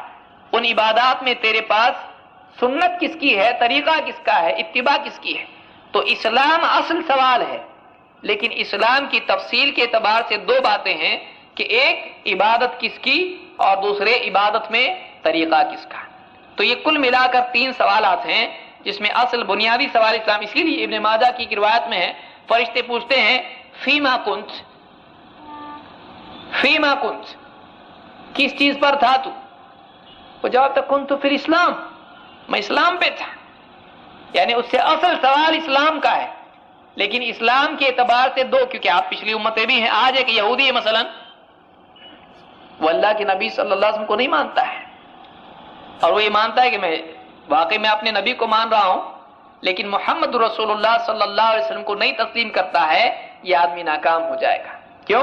اس لیے کہ اب صرف اور صرف محمد رسول اللہ صلی اللہ علیہ وسلم کی اتباع چلے گی، کسی اور نبی کی نہیں. تو ایک سوال اسلام کا اور 2 سوال عبادت کس کی، طریقہ کس کا، اتباع کس کی. ایک حدیث جس کو امام البخاری نے الجنائز میں ذکر کیا ہے، اللہ کے نبی صلی اللہ علیہ وسلم نے اسی سوالات کے مرحلے میں یہ حصہ بھی بیان کیا ہے. آپ فرماتے ہیں العبد اذا وضع فی قبرہ، بندہ جب اپنی قبر میں رکھا جاتا ہے، وتولی وذهب اصحابہ، اور اس کے ساتھی پیٹ پھیر کے چل دیتے ہیں، پیٹ پھیر کے چل دیتے ہیں. حتی انہ لیسمع قرع نعالہم، یہاں تک کہ وہ ان کی جوتیوں کی چرمراہٹ کو، چلنے کی آواز کو سنتا ہے. اتاہ ملکان فاقعداہ فیقولان لہ، 2 فرشتے آتے ہیں، اس کو اٹھا کے بٹھا دیتے ہیں. اور یہ سب غیبی معاملہ ہم کو دکھائی نہیں دیتا ہے. ایک روایت میں کہ ابو داؤد اور مسند احمد کی روایت میں ہے کہ اس کا کفن چہرے سے لے کے کمر تک آ جاتا ہے، اٹھ کے بیٹھ جاتا ہے. اس کو اٹھا کے بٹھا دیتے ہیں فرشتے، اور اس سے پوچھتے ہیں ما كنت تقول في هذا الرجل محمد. بہت سارے لوگوں نے اس کا ایک عجیب مسئلہ بنا لیا، کہتے ہیں کہ اللہ کے نبی صلی اللہ علیہ وسلم حاضر ناظر ہیں اور قبر میں آتے ہیں. قرآن و سنت میں اس کے لیے کوئی دلیل موجود نہیں ہے. کچھ لوگ کہتے ہیں کہ اللہ کے نبی صلی اللہ علیہ وسلم کی شبیہ دکھائی جاتی ہے. دلیل کیا ہے؟ وہی روایت جو میں نے پہلے پڑھی کہ ما كنت تقول في هذا الرجل، اس شخص کے بارے میں تیرا کیا کہنا ہے. وہ کہتے ہیں کہ ہاذا اس میں اشارہ ہے کہ کسی کی چیز کے بارے میں کہتے ہیں اس کے بارے میں آپ کا کیا کہنا ہے، تو سننے والا دیکھے گا کیا دکھا رہے ہیں. تو کہتے ہیں اس کے بارے میں تمہارا کیا کہنا ہے، اس شخص کے بارے میں تمہارا کیا کہنا ہے. تو کہتے ہیں ہو سکتا ہے اللہ کے نبی صلی اللہ علیہ وسلم قبر میں آتے ہوں گے. اور اس اعتبار سے کہتے ہیں جب کسی ہر ایک کی قبر میں آتے ہیں تو کتنے کہیں بھی جا سکتے ہیں. نعوذ باللہ، یہ عقیدہ قرآن و سنت میں کہیں بھی نہیں ہے. اللہ کے نبی صلی اللہ علیہ وسلم نے کسی حدیث میں نہیں کہا کہ میں کسی کی قبر میں جاتا ہوں. بخاری کی حدیث سے اس مغالطے کا بھی ازالہ ہو جاتا ہے، کیونکہ بخاری کی روایت میں ہے کہ فرشتے پوچھتے ہیں ما كنت تقول في هذا الرجل محمد، ان صاحب محمد صاحب کے بارے میں تمہارا کیا کہنا ہے. اس شخص کے بارے میں محمد ان کے بارے میں تمہارا کیا ہے؟ تو نام لے کے اس سے کہا جاتا ہے، یہ نہیں کہ آپ کو دکھایا جاتا ہے۔ تو یہ اشارہ ذہنی ہوتا ہے، نگاہ کے اعتبار سے نہیں ہوتا ہے۔ اس سوال کے جواب میں وہ کہتا ہے فَيَقُولُ أَشْهَدُ أَنَّهُ عَبْدُ اللَّهِ وَرَسُولُهُ، وہ جواب میں کہتا میں گواہی دیتا ہوں کہ محمد صلی اللہ علیہ وسلم اللہ کے بندے اور آپ اللہ کے رسول ہیں۔ فَيُقَالُ، اس سے کہا جاتا ہے انظر الى مقعدك من النار، یہ دیکھ تیرا جہنم کا گھر دیکھ، قبر میں یہ ہے، اور جواب دے دیا اس نے۔ اب اس کے بعد اسے کہا جاتا ہے وہ دیکھتا ہے تیرا جہنم کا، اس کو گھر دکھایا جاتا ہے جہنم کا کہ تیرا جہنم کا گھر ہے، جواب دے دیا ہے، کیوں دکھایا جا رہا ہے؟ کہتے ہیں کہ دیکھ تیرا جہنم کا گھر، ابدلک اللہ بہ مقعدا من الجنۃ، کہ اللہ نے اس کے بدلے میں تجھ کو جنت کا گھر دیا ہے۔ بسم الله الرحمن الرحيم يثبت الله الذين آمنوا بالقول الثابت في الحياة الدنيا وفي الآخرة ويضل الله الظالمين ويفعل الله ما يشاء۔ قبر ہی میں اس کو جنت اور جہنم کا دونوں کا معاملہ بتایا جاتا، دیکھ اگر برا عمل کر کے آتا جہنم میں جاتا، لیکن چونکہ تو صحیح عمل کر کے آیا ہے، جواب بھی دے دیا تو نے، اللہ نے اس کے بدلے دیکھ کتنا اچھا گھر تیرے لیے رکھا ہے۔ قد ابدلک اللہ بہ مقعدا من الجنہ فیراہما جمیعا، تو وہ میت جو مردہ ہے قبر میں ڈالا گیا ہے وہ دونوں گھروں کو دیکھتا ہے، یہ بھی دیکھتا ہے وہ بھی دیکھتا ہے۔ وَأَمَّا الْكَافِرُ أَوِ الْمُنَافِقُ، یہ مومن کا حال تھا۔ اب کافر اور منافق، اس لیے کہ بعض روایت میں والمنافق بھی آیا ہے کہ کافر یا منافق جو دونوں میں سے کوئی بھی ہو اس کا کیا معاملہ ہوتا ہے۔ اس سے جب پوچھا جاتا ہے کہ ان کے بارے میں کیا بولنا ہے تیرا، محمد صلی اللہ علیہ وسلم کے بارے میں تیرا کیا کہنا ہے، تو کہتا ہے لا ادری، ایک روایت میں کہتا ہاں لا ادری، ہائے افسوس، اس کو سمجھ میں نہیں آتا کیا کہے وہ، گھبراہٹ میں جیسے کوئی آدمی بہت بڑا صدمہ اس کو سنائی دے۔ کسی کو اگر یہ معلوم ہو کہ آپ کے گھر والے جتنے بھی گئے تھے 10-15 لوگ، سب کا ایکسیڈنٹ ہو گیا، سب کی موت ہو گئی، آپ کا گھر بھی جل گیا اور سب معاملہ ختم ہو گیا، آپ کا بزنس بھی تباہ ہو گیا، کیا ہوگا؟ اس کو تھوڑی دیر کے لیے بیٹھ جائے گا، اس کو کچھ کیا سمجھ میں نہیں آئے گا کیا بولوں میں، ہاں کرنے لگ جائے گا۔ جب اس سے کہا جاتا ہے ان کے بارے میں تیرا کیا کہنا ہے، محمد صلی اللہ علیہ وسلم کے بارے میں کیا بولتا ہے، کیا کہنا ہے تیرا، وہ کہے گا لا ادری، ہاں لا ادری، نہیں جانتا میں نہیں جانتا۔ کنت اقول ما یقول الناس، یہ منافق ہے، کنت اقول ما یقول الناس، لوگ جو بولتے تھے میں بھی وہی بولتا تھا، لوگ بولتے تھے رسول میں بھی رسول، واقعی ایمان اندر تھا نہیں، یا کافر ہے، لوگ بولتے تھے جھوٹا انسان ہے نعوذ باللہ، یہ رسول نہیں ہے۔ جیسے عرب کے اس دور میں اللہ کے نبی صلی اللہ علیہ وسلم کے بارے میں لوگ بولتے تھے مجنون ہے نعوذ باللہ، یا شاعر ہیں، کاہن ہیں، لوگ جو بولتے تھے میں بھی وہی بولتا تھا، میں بھی شاعر، میں بھی مجنون کہتا تھا۔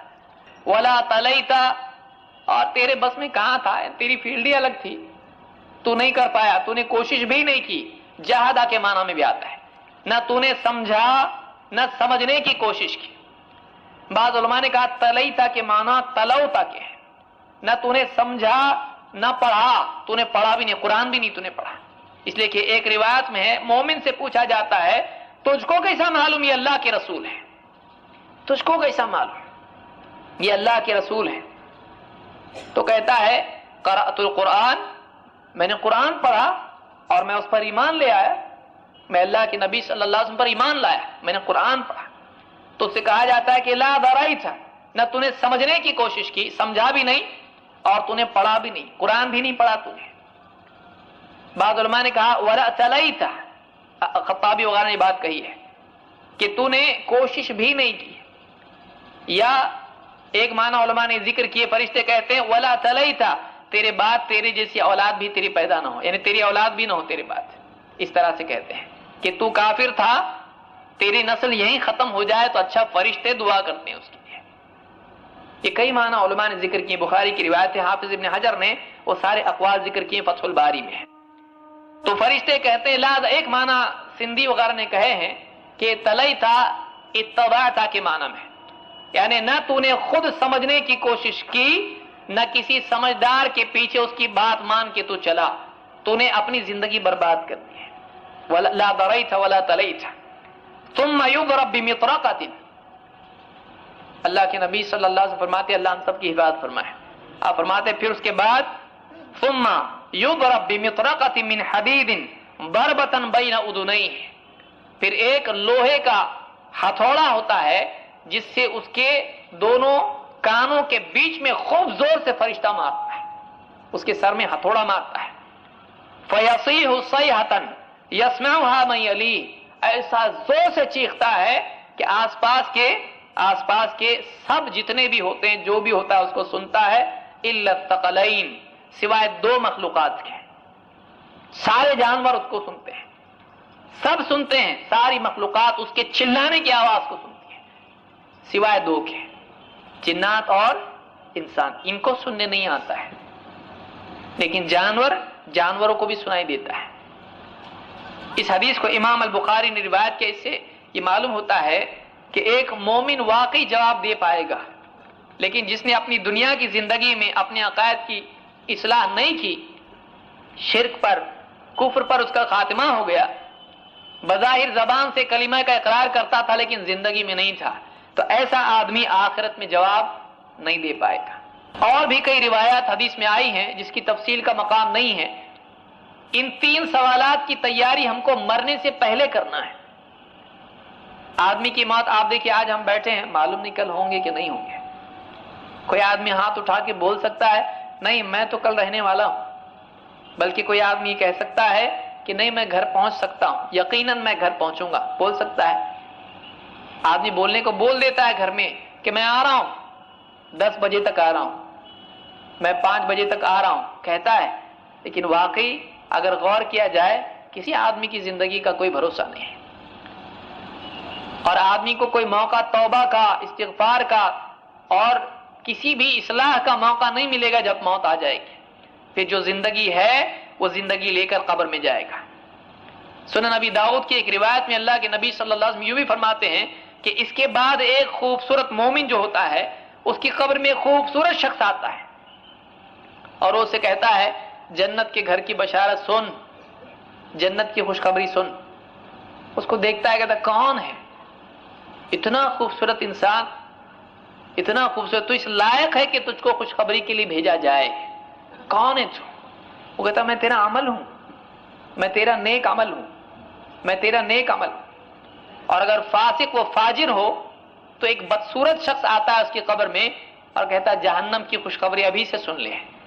وہ اس کو دیکھتا ہے، کہتا ہے کون ہے تو؟ تیرا اتنا برا چہرہ ہے کہ تو اس لائق ہے کہ تجھ کو بری خبر کے لیے بھیجا جائے، تجھ کو بری خبر کے ساتھ بھیجا جائے، اس لائق ہے تو؟ کون ہے تو؟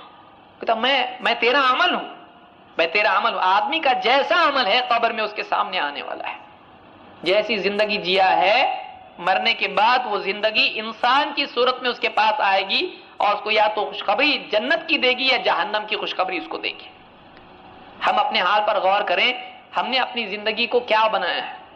اپنی زندگی کو ہم خوبصورت شکل میں دیکھنا چاہتے ہیں یا بدصورت شکل میں دیکھنا چاہتے ہیں؟ اور زندگی کا کوئی بھروسہ نہیں ہے۔ ان 3 سوالات کی تیاری کر کے ہم کو جانا ہے اور بہت کم وقت باقی ہے۔ جس انسان کو زندگی کا بھروسہ نہ ہو، معلوم نہیں کب موت آ جائے، گویا کہ اس کے پاس کچھ بھی وقت نہیں بچا ہے۔ آپ بتائیے قصر کا کیا حکم ہے؟ اگر معلوم نہیں ہے کب جانا ہے تو قصر کرتا رہے گا، وہ قصر میں ہی رہتا ہے۔ ایک آدمی اس کو معلوم نہیں کب موقع آئے گا، کب بلاوا آئے گا۔ ایک آدمی جس کو معلوم ہے کہ اس کو کبھی بھی بلاوا آ سکتا ہے، سعودی جانا ہے اس کو، کبھی بھی وہاں سے کال آ سکتا ہے، بھاگنا ہے، تیاری میں رہتا ہے کہ نہیں رہتا ہے؟ بیگ ویگ سب باندھ کے، کپڑے سب تیار رہتا ہے کہ جیسے ہی کال آئے بیگ اٹھایا بھاگا، بھولنا نہیں چاہیے کچھ۔ ساری تیاری آدمی سعودی جانے کی سفر کی کرتا ہے۔ ہندوستان میں کہیں جانا ہے، جاب کے لیے جانا ہے، پکنک جانا ہے، صبح میں پکنک پہ جانا ہے، بچوں کو بھیجتے ہیں پکنک پہ جانا ہے، سب چیزیں لے لی، ماں پوچھتی ہے بچے سے آپ بتائیے سفر میں، دنیا کے چھوٹے سفر میں آپ بھی جاتا ہے، سب تیاری پہلے سے رات میں کرتا ہے، صبح کو جانا ہے. آپ بتائیے مرنے کا کوئی وقت طے ہے، کب موت آنے والی معلوم ہے، اس کی کیا تیاری ہم نے کی ہے، کیا تیاری کرنا ہے؟ یہ 3 سوالات ہم کو بتاتے ہیں کہ پہلے، سب سے پہلے پوچھ کیا ہونے والی ہے. نام بھی نہیں پوچھا جائے گا، تیرا نام کیا ہے؟ نہیں، کچھ بھی نام تھا تیرا نام محمد تھا، عبداللہ تھا، اچھا نام تھا، برا تھا، کچھ بھی، تیرے نام سے کوئی مطلب نہیں ہے. تو اللہ کو پہچانتا تھا کہ نہیں پہچانتا تھا؟ تو محمد رسول اللہ صلی اللہ علیہ وسلم کو پہچانتا تھا کہ نہیں پہچانتا تھا؟ سوال یہ ہوگا. سید خاندان کا ہے، پٹھان ہے، خان ہے، کیا ہے؟ کچھ نہیں، سب ایک ساتھ ایک قبر میں، سب برابر، کچھ پوچھا نہیں جائے گا. نسب کا کوئی معاملہ وہاں پر نہیں ہے. من بطأ به عمله لم يسرع به نسبه. اللہ کے نبی صلی اللہ علیہ وسلم فرماتے ہیں جس کو اس کا عمل پیچھے کر دے، اس کا نسب اس کو آگے نہیں لے جا سکتا ہے. نیچا عمل کر کے آدمی خاندان کی اونچائی سے اونچا مقام نہیں پا سکتا ہے. اونچے خاندان کا ہے، عمل نیچ ہے، عمل اچھا نہیں ہے، عمل گھٹیا ہے، شرکیہ عمل ہے، بدعات اعمال میں ہے. اسلام کو چھوڑ کر، اللہ کی شریعت کو چھوڑ کر بے حیائی، آزادی، منمانی، خواہشات کی اتباع، اور کئی ایسے لوگوں کی برہنہ رہنے والے جن کو لباس کا ہوش نہیں، ان کے پیچھے چلنے والا، ان کی طریقوں کو، اطوار کو، دوسری قوموں کے طریقوں کو اپنے لیے دین بنانے والا، ایسا آدمی اللہ کے دین کی جس کے پاس قدر نہیں ہے، اللہ کے پاس اس کی قدر نہیں ہے. جو اللہ اس کے رسول کا مقام و مرتبہ نہیں جانتا ہو، جس کے پاس اللہ کی بڑائی نہیں ہے، اللہ کے پاس اس کی کوئی بڑائی نہیں ہے. کیا مقام اللہ کو زندگی میں دیا ہے. آج مسلمان کا حال آپ دیکھیں، ما کنت تعبد، پوچھا جانے والا ہے سب سے پہلے کس کی عبادت کرتا تھا. آج مسلمان کو معلوم نہیں عبادت کس کو بولتے ہیں. تو میں اللہ کی عبادت کرتا ہوں، لیکن معلوم نہیں ہے اس کو نہیں معلوم ہے. وہ قبر پر جا کر، بزرگان دین کی قبروں پر جا کر اپنا ماتھا ٹیکتا ہے، وہ ان کے آگے ہاتھ پھیلاتا ہے، ان سے مانگتا ہے. اولاد نہیں ہے، جا کے قبر پہ ناڑا باندھتا ہے. دکان نہیں چل رہی ہے، ناریل باندھتا ہے، دھاگا باندھتا ہے.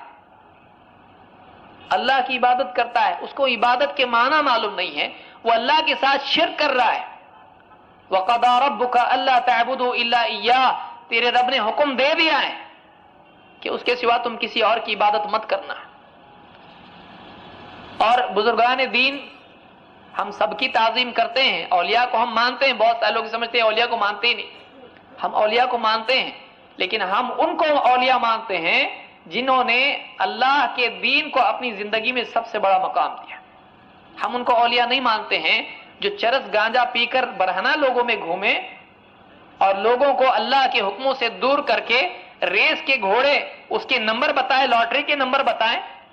ان کو اولیاء ہم نہیں مانتے ہیں. اولیاء ہم ان کو مانتے ہیں جن کے بارے میں خود اللہ تعالیٰ نے فرمایا، الا ان اولیاء اللہ لا خوف علیہم ولا هم يحزنون الذین آمنوا وکانوا یتقون.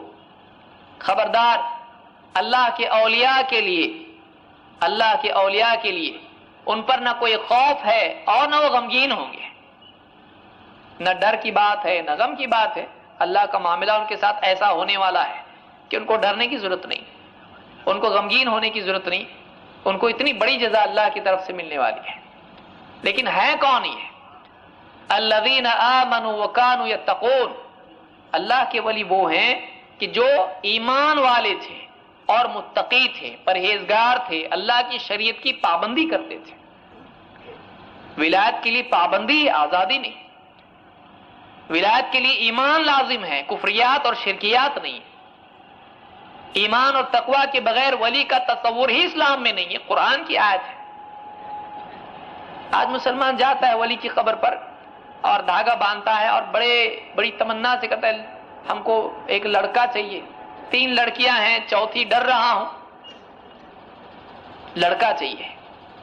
کسی کو جاب نہیں مل رہا ہے، جاب کے لیے جاتا ہے، جاب مل جائے. کسی کی لڑکی گھر میں بیٹی بیٹھی ہوئی ہے، اس کا رشتہ نہیں ہو رہا ہے، اس کے لیے جاتا ہے۔ کسی کا کورٹ میں زمین کا ہڑپا ہوا کیس ہے، چاہ رہا ہے میرے حق میں آ جائے، اس کے لیے جاتا ہے۔ کسی کے اور بھی کئی حرام معاملات ہوتے ہیں، لیکن اولیاء کی درگاہ پہ جاتا ہے، وہاں جا کر ناڑے باندھتا اور سمجھتا ہے میرا کام ہوگا، سجدے کرتا ہے، نظریں کرتا ہے، وہاں قربانیاں کرتا ہے۔ یہ سب عبادت ہے، یہ سب عبادت میں آتا ہے، کیونکہ قربانی عبادت ہے، دعا عبادت ہے، سجدہ عبادت ہے، نظر عبادت ہے۔ اگر اللہ کے سوا کسی اور کے نام کی نظر کرتا ہے، جس کو منت ہمارے یہاں پر کہا جاتا ہے، تو یہ بھی شرک ہے، یہ بھی شرک ہے۔ آپ بتائیے، اللہ کے بارے میں آج پہلا سوال ہونے والا مرنے کے بعد، اس کی تیاری نہیں ہے، اور یہ بھرم ہے کہ ہم واقعی صحیح دین پر ہیں۔ نبی صلی اللہ علیہ وسلم کے سلسلے میں اللہ کے نبی صلی اللہ علیہ وسلم کی حدیثیں ہیں، آپ کی سنت موجود ہے، لیکن کوئی باپ دادا کو دین کا نبی کا مرتبہ دیے ہوئے ہے، بھائی کسی سے کہا جائے بھائی یہ غلط ہے، یہ بدعت ہے، دین میں نہیں ہے۔ اللہ کے نبی صلی اللہ علیہ وسلم کی سنت یہ ہے، یہ بدعت ہے کہ باپ دادا ہمارے کرتے ہیں، ہم وہی کرنے والے ہیں۔ کسی نے نبی کا مقام باپ دادا کو دے رکھا ہے، کسی نے پیر کو دیا ہے، کسی نے کسی عالم کو دے رکھا ہے، کسی نے سماج کو دیا ہے کہ جنازہ ہے، نکاح ہے یا اور معاملات ہیں، ان میں ایک آدمی کو کہا جاتا ہے بھائی دین یہ ہے، اللہ کے نبی صلی اللہ علیہ وسلم یہ کرتے تھے، یہ نہیں کرتے تھے، تو اس آدمی کو سمجھنے میں بڑی مشکل پیش آتی، کہتا سب لوگ کہہ رہے ہیں ہم کو یہی کرنا پڑے گا۔ بہت سارے لوگ جان کر بھی نہیں کر پاتے ہیں، معلوم ہوتا ہے لیکن نہیں کر پاتے۔ کیوں؟ اس لیے کہ سماج جیسا چل رہا ہے ویسے ہی چلتے رہو، مین سٹریم میں رہو، مین سٹریم میں رہو، الگ مت ہو ان سے۔ تو آپ بتائیے کہ ایسا اگر زندگی میں اللہ کو کسی نے مقام دیا ہو اور محمد رسول اللہ صلی اللہ علیہ وسلم کو یہ مقام دیا ہو، آپ بتائیے کیسا جواب دے پائے گا؟ اللہ تعالیٰ ہم سب کی حفاظت فرمائے اور ہمارے لیے جواب کو آسان فرمائے۔ اللہ تعالیٰ قرآن کریم میں فرماتا ہے قُلْ اطیعوا اللہ والرسول، اے نبی آپ کہیے اللہ کی فرما برداری کرو اور اس کے رسول کی فرما برداری کرو۔ فَإِن تَوَلَّوْا فَإِنَّ اللَّهَ لَا يُحِبُّ الْكَافِرِينَ، اور اگر یہ پیٹ پھیر کے چل دیں، آپ کی بات نہ مانیں، اس بات کو تسلیم نہ کریں، اللہ اور اس کے رسول کی فرما برداری کے پابند نہ ہو، انکار کر دیں، تو اللہ کافروں سے محبت نہیں کرتا ہے۔ کافروں سے اللہ نے کفر کا فتویٰ دیا ہے اس آدمی کے لیے جو اللہ اور اس کے رسول کی فرما برداری کو تسلیم کرنے سے انکار کرتے ہیں۔ تو آج آپ بتائیے کتنے مسلمان ہیں، ان کے سامنے قرآن و سنت کی بات پیش کی جاتی ہے، ان کے سامنے بتایا جاتا ہے اسلام کامل ہو چکا ہے، بھائی ہم اپنی طرف سے اضافہ نہیں کر سکتے ہیں۔ الیوم اکملت لکم دینکم واتممت علیکم نعمتی ورضیت لکم الاسلام دینا۔ اللہ نے خود قرآن میں کہہ دیا ہے، محمد رسول اللہ صلی اللہ علیہ وسلم کی زندگی میں بتا دیا ہے کہ آج میں نے تمہارے دین کو تمہارے لیے کامل کر دیا اور اپنی نعمت تم پر تمام کر دی، اور اسلام کو بطور دین تمہارے لیے پسند کر لیا۔ اللہ نے نعمت تمام کر دی، دین کامل ہو چکا۔ اللہ کے نبی صلی اللہ علیہ وسلم کہہ چکے ہیں کہ من احدث فی امرنا ھذا ما لیس منہ فہو رد، جو کوئی ہمارے اس دین میں کوئی ایسی چیز ایجاد کرے جو اس میں نہیں تھی، کچھ بھی نیا نکالے، نہیں تھا اس میں، تو ایسا عمل رد کر دیا جائے گا۔ ایسا کوئی عمل اللہ کے یہاں قبول نہیں ہوگا، ایسی زندگی قبول نہیں ہوگی جو قرآن و سنت کی بنیاد پر نہیں تھی، ایسی زندگی قبول نہیں ہوگی۔ ایسی زندگی قبول نہیں ہوگی جس میں اللہ اور اس کے رسول کی فرما برداری نہیں تھی۔ لا الہ الا اللہ، اشہد ان لا الہ الا اللہ، اشہد ان محمد رسول اللہ، آدمی کہہ رہا ہے زبان سے، لیکن اس کا تقاضا کیا ہے معلوم ہے؟ اس کا تقاضا کیا ہے؟ یہ کلمہ ہم سے کیا چاہتا ہے؟ ایک آدمی کسی سے کہہ دے ٹھیک ہے میں کل آؤں گا، کل آپ کا کام ہو جائے گا، اور کل جا کے کھڑا ہو جائے وہاں پر اور دیکھیں کام نہیں ہوا ہے، تو کیا کہے گا؟ کہا کیوں تھا جب کرنا نہیں تھا؟ وہ کہے گا میں نے کہہ دیا بس ہو گیا۔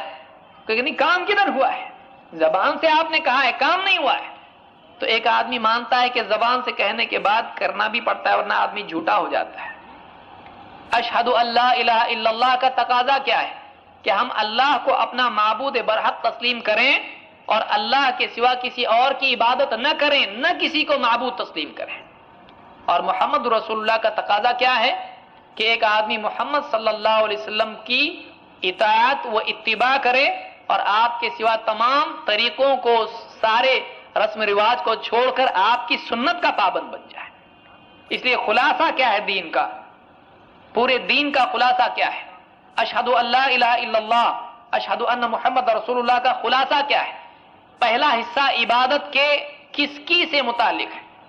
لا الہ الا اللہ، اللہ کے سوا کسی اور کی عبادت نہیں۔ محمد رسول اللہ، اللہ کی عبادت اگر کرنی ہے تو محمد رسول اللہ صلی اللہ علیہ وسلم کے طریقے پر کرنی پڑے گی، آپ کی سنتوں کے مطابق کرنی پڑے گی، کیونکہ اللہ نے آپ کو بھیجا اپنی پسند بتانے کے لیے۔ تو یہ دو چیزیں اگر زندگی میں نہیں ہیں تو بہت ڈر کی چیز ہے، معلوم نہیں آدمی جواب دے پائے گا کہ نہیں دے پائے گا۔ اللہ تعالی ہم سب کو سمجھ عطا فرمائے اور آخرت کی تیاری کرنے کی اور خصوصاً قبر کے احوال و احوال پر غور کرنے کی اور اس کی تیاری کرنے کی ہم سب کو توفیق عطا فرمائے۔ اقول قولی ھذا واستغفر اللہ لی ولکم۔ انشاءاللہ شیخ ابو زید ضمیر حفظہ اللہ آپ کے سوالات کے جوابات دیں گے۔ قبر کے سوالات کے تعلق سے جس پر خطاب ہوا ہے، ان تعلق سے آپ کے جو بھی سوالات ہوں وہ آپ لکھ کر کے والنٹر کے ہاتھ میں دے دیں، انشاءاللہ آپ کو جواب دے دیا جائے گا۔ خواتین میں سے اگر کسی کا سوال ہو تو وہ بھی لکھ کر کے سوال دے دیں، وہاں بھی والنٹرز انشاءاللہ موجود ہوں گی، ان کے ہاتھ سے آپ سوالات پاس کرا دیں، انشاءاللہ آپ کے بھی سوالات کا جواب دے دیا جائے گا۔ پہلا سوال ضمیر بھائی سے ایک بھائی نے کیا ہے، وہ پوچھتے ہیں ملک الموت موت کا فرشتہ ہے، کیا موت کے فرشتے کا نام اسرائیل ہے؟ کیا یہ صحیح ہے؟ ملک الموت اس فرشتے کا نام اسرائیل کسی صحیح حدیث میں ہم کو نہیں ملا ہے، اس لیے یہ کہنا کہ اس کا نام اسرائیل ہے یہ مناسب نہیں ہے، اور یعنی کسی معتبر روایت میں اس طرح سے نہیں آیا ہے۔ اور ایک بھائی ان سے پوچھنا چاہتے ہیں کہ اگر بچے بالغ ہونے کی عمر سے پہلے انتقال کر جائیں تو ان کے ساتھ قبر میں کس طرح کا معاملہ ہوتا ہے؟ اس حدیث پر ابن قیم رحمۃ اللہ علیہ نے کتاب الروح میں بحث کی ہے کہ کیا بچوں سے بھی اس طرح کا سوال ہوتا ہے۔ اس بارے میں مختلف اقوال علماء کے ہیں، کسی حدیث میں کوئی وضاحت نہیں ہے کہ بچوں سے بھی اس طرح کا سوال ہوتا ہے، اس لیے اس سلسلے میں خاموشی بہتر ہے۔ اور دوسری بات یہ کہ بچوں کے سلسلے میں بخاری وغیرہ کی حدیثیں ہیں کہ جس کے بچے فوت ہو جاتے ہیں وہ والدین کے لیے سفارش کرتے ہیں، تو بچے مکلف نہیں ہوتے ہیں اور یہ سوالات انہی سے ہیں جو مکلف ہیں، تو غالب بات یہی اس میں ہے کہ اس بچوں سے یہ چیز نہیں ہوتی ہے، اس لیے کہ مکلف سے اس پر سوال ہوتا ہے، اور بچے چونکہ مکلف نہیں ہیں اور حدیث میں اس کا تذکرہ بھی نہیں ہے کہ بچوں سے ایسا ہوتا ہے، اور جو جنازے کی دعا اس میں شافع و مشفع جو الفاظ آئے ہیں کہ ہمارے لیے سفارشی اس کو بنا، تو یہ خود بتاتا ہے کہ یہ اس کے لیے کوئی مسئلہ نہیں ہے، بلکہ یہ ہمارے لیے سفارشی بننے والا ہے۔ تو ظاہر یہی ہے احادیث میں اس کا ذکر نہ ہونا اور ایسی باتیں آنا جس سے بچوں کا والدین کے لیے سفارشی بننا ثابت ہوتا ہے، کسی عمل کے بغیر ابھی وہ مکلف نہیں بنے ہیں، تو ظاہر یہی ہوتا ہے کہ ان سے اس طرح کا سوال نہیں ہوتا ہے۔ بھائی پوچھنا چاہتے ہیں کہ اگر ہمیں عربی زبان نہیں آتی ہے اور قبر میں تو سوالات عربی میں ہوں گے تو اس کا جواب ہم کس طرح سے دے سکتے ہیں؟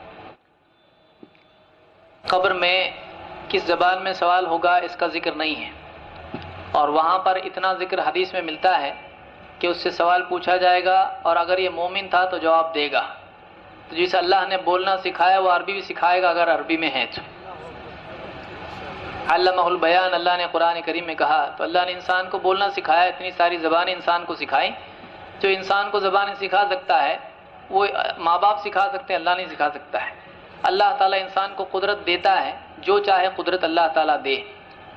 تو جنت میں جانے کے بعد جنتیوں کو آپ دیکھیں حدیث میں آیا کہ ان کو تسبیح کی توفیق ایسی ہوگی جیسے دنیا میں سانس کی توفیق ہوتی ہے، تو یہ دنیا میں ہم نہیں کر سکتے ہیں، لیکن جنتی ایسا کریں گے، تو ہم دنیا پر اس کو قیاس نہ کریں۔ تو جس زبان میں بھی سوال ہو اس کی بحث میں جانے کی بجائے سوال کیا ہوگا اس کی بحث میں زیادہ اہمیت دینا چاہیے، چاہے جیسا بھی زبان ہو۔ یہ نہیں کہ کوئی آدمی کہے کہ ہم کو عربی نہیں آتی ہے تو ہم عربی سیکھیں گے، ضروری نہیں ہے۔ اللہ کے نبی صلی اللہ علیہ وسلم نے لوگوں کو اس کا مکلف نہیں کیا کہ وہ عربی میں ان جوابات کو یاد کریں، بلکہ فرشتے جو ان سے کہیں گے وہ کہیں گے صدقت کذالک کنت، تو نے سچ کہا، تو دنیا میں ایسا ہی تھا۔ تو اگر وہ دنیا میں ویسا تھا تو چاہے کنڑ بولتا تھا، فرینچ بولتا تھا، جاپانی بولتا تھا، واقعی وہ اللہ کو اپنا رب مانتا تھا، محمد صلی اللہ علیہ وسلم کو اپنا نبی مانتا تھا، اسلام کو اپنا دین مانتا تھا، تو وہاں جواب دے گا چاہے جس زبان میں بھی ہو، اللہ اس کو توفیق دے گا۔ کیوں؟ کیونکہ اس روایت میں یہ بھی آیا کہ فَإِنِ اللَّهُ هَدَاهُ، اگر اللہ اس کو ہدایت دے تو جواب دے پائے گا۔ تو تو اللہ کی توفیق سے جس زبان میں بھی ہو جواب دے کے اس کی چھٹی ہو جائے گی، کوئی مسئلہ نہیں۔ بھائی پوچھتے ہیں what is the difference between اطاعت اینڈ اتباع؟ دیکھیے اطاعت، اور میں اردو میں اس لیے جواب دے رہا ہوں اس لیے کہ تقریباً لوگ اردو جانتے ہیں، تو سوال ہے کہ اتباع اور اطاعت میں فرق کیا ہے؟ اتباع کا تعلق دیکھ کر کرنے سے ہے اور اطاعت کا تعلق حکم سے ہے، لیکن اتباع بعض اوقات تعلیم کی بھی ہوتی ہے، جیسے قرآن کی بھی اتباع کی جاتی ہے، اتبع ما اوحی الیک اس طرح سے کہ جو بھی آپ کی طرف وحی کی گئی ہے اس کی اتباع کیجیے۔ تو اتباع کسی علم کی ہوتی ہے یا اتباع کسی کو دیکھ کر اس کے عمل کی پیروی کرنے کو کہتے ہیں۔ اطاع کے معنی کسی کا حکم ہو اور حکم کو مانے اور اس پر عمل کرے، جو اس کا تقاضا اس کو پورا کرے، اس کو اطاعت کہتے ہیں۔ اور اتباع کہتے ہیں کہ کسی کو دیکھا، جیسا اس نے کیا ویسا کیا۔ جیسے مثال کے طور پر اللہ کے نبی صلی اللہ علیہ وسلم نے حکم بہت سارے دیے ہیں، جیسے عیدین کے تعلق سے آپ نے حکم دیا کہ اس وقت میں آپ کو زکوٰۃ ادا کرنی ہے، زکوٰۃ الفطر آپ کو دینا ہے، یہ آپ نے حکم دیا ہے تو اس کو ادا کرنا ہے۔ اور اسی طرح سے اللہ کے نبی صلی اللہ علیہ وسلم نماز جس طرح سے پڑھتے تھے، آپ نے کہا وصلوا کما رأیتمونی اصلی، یا جیسے آپ صلی اللہ علیہ وسلم دوسرے بہت سارے اعمال کرتے تھے اور صحابہ آپ کو دیکھ کر کرتے تھے، جیسے نماز ہی کی حالت میں اللہ کے نبی صلی اللہ علیہ وسلم نے جوتیاں اتار دیں، صحابہ نے بھی آپ کو دیکھ کر جوتیاں اتار دیں، سنن نبی داؤد میں حدیث موجود ہے۔ تو کسی کو دیکھ کر عمل کرنا یہ اتباع ہے، اور کسی کی بات کو ماننا، اس کے حکم کو ماننا اور عمل کرنا، اس کا نام اطاعت ہے۔ کسی سے سنا ہے کہ ہمارے قریب جو ہمارے ہم وطن بھائی رہتے ہیں، اگر ہم انہیں بت پرستی سے نہیں روکتے اور ایک اللہ کی طرف نہیں بلاتے کہ یہ لوگ ہمیں جنت میں جانے سے روکیں گے، کیا یہ بات صحیح ہے؟